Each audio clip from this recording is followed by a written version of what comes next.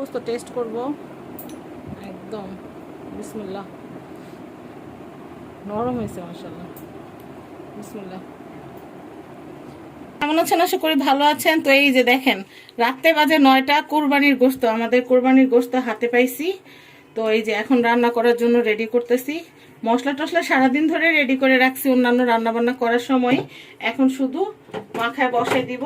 আল্লাহ যদি চায় 10:30টার ভিতরে 11টার ভিতরে কোরবানির গোস্ত খাইতে পারবো।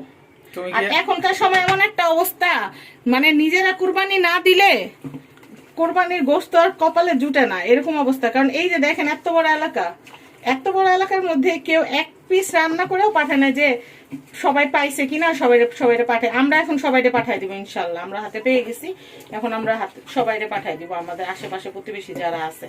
তো এই যে এখন হচ্ছে চুলা চড়াই দিব সুন্দর করে কষায়, তারপর হচ্ছে গ্রান বের হইলে তারপর হচ্ছে ঝোলটা দিব। তুমি কি আমার বিচার দিলে সবার কাছে? না, বিচার দেই না। দেখো, কুরবানি যখন মানুষ দেয় তখন তো এক পিস গোস্ত খাওয়ার তো আশা থাকে, দুপুরে হয়তো খাওয়ার সাথে। রাতে 9টা বাজে মাংস আনছে, এখন 9টা বাজে খাইতে পারতেছি। কিন্তু আছে না যে প্রতিবেশী, আমাদের এলাকায় কোনো প্রতিবেশী থাকে না, বুঝছেন? কোনো প্রতিবেশী থাকে না, কোনো প্রতিবেশী নাই। এই যে আমরা এখন আমাদের প্রতিবেশীদেরকে দিব, দিয়া শিখাইতে হবে সবাইরে। এখন তো সবাই ফ্রিজের মধ্যে গোস্ত সব বইরা রেখে দেয়, সারা বছর বইরা খায়। নিয়ম কিন্তু আশুরার আগেই সবাইরে কিন্তু গোস্ত বিলায় দেওয়া বা কুরবানির গোস্ত শেষ করা। কিন্তু এখন কিন্তু মানুষ এই কালচারটা মানে না। এখন মনে করে আমার যদি লাগে, মানুষের লাগার আসলে কোনো শেষ নাই। ঠিক আছে, কুরবানির গোস্ত উচিত হইলো সবার মধ্যে ভাগ বাটোয়ারা করে দেওয়া। মানে সব সময় তো কিনা খাওয়ার সামর্থ্য থাকেই আমাদের কম বেশি, কিন্তু কুরবানির গোস্তটা উচিত সবাইরে দিয়ে দেওয়া, আত্মীয় স্বজন, বন্ধু বান্ধব সবার সাথে। তো যাই হোক, হ্যাঁ ম্যারিনেট করলাম। এখন হচ্ছে কি করবো, ওই যে ওই মশলাটা, এটাতে বলো তো, হলুদ, লবণ, মরিচ, ধনিয়া, তারপর হচ্ছে রসুন, এই যে পেঁয়াজ, তাই তারপর ওই যে আদা বাটাটা ওইখানে রয়েছে, আদা বাটাটা কষানোর মধ্যে দিয়ে দিব, সমস্যা নাই। আমি তো সেই কখন থেকে আদা বাটা করেছি, আদা বাটাও। আমার একটু রেসিপি শিখাও, তাহলে আমিও তোমার রান্না করে খাওয়াবো। তোমার রান্না করে দিয়ে গেলে পোড়ায় কয়লা করে রাখে, আবার ওগুলার এবার ভিম দিয়ে পরিষ্কার করে রাখে, আবার রেসিপি শিখাই, আমি বিপদে পড়ি, আমার চুলা মুলা সব যাইবো। তো যাই হোক, এই যে এখন গোস্ত চড়াই দেই। সবাই ভালো থাকেন এখনকার মতো, আল্লাহ হাফেজ। আর একলা একলা কুরবানি গোস্ত খায়েন না, তাহলে কিন্তু হবে না, সবাইরে দিয়ে খাইতে হবে।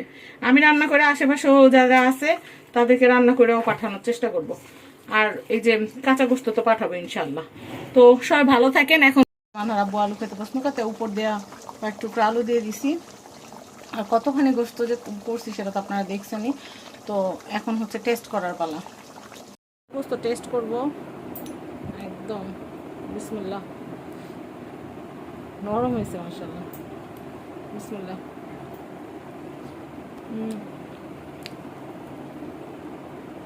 বাবু ধরো,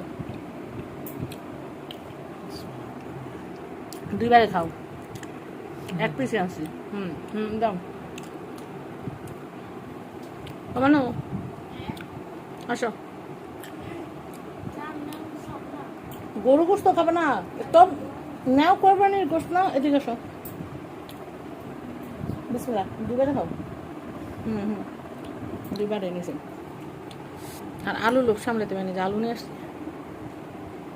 যাক,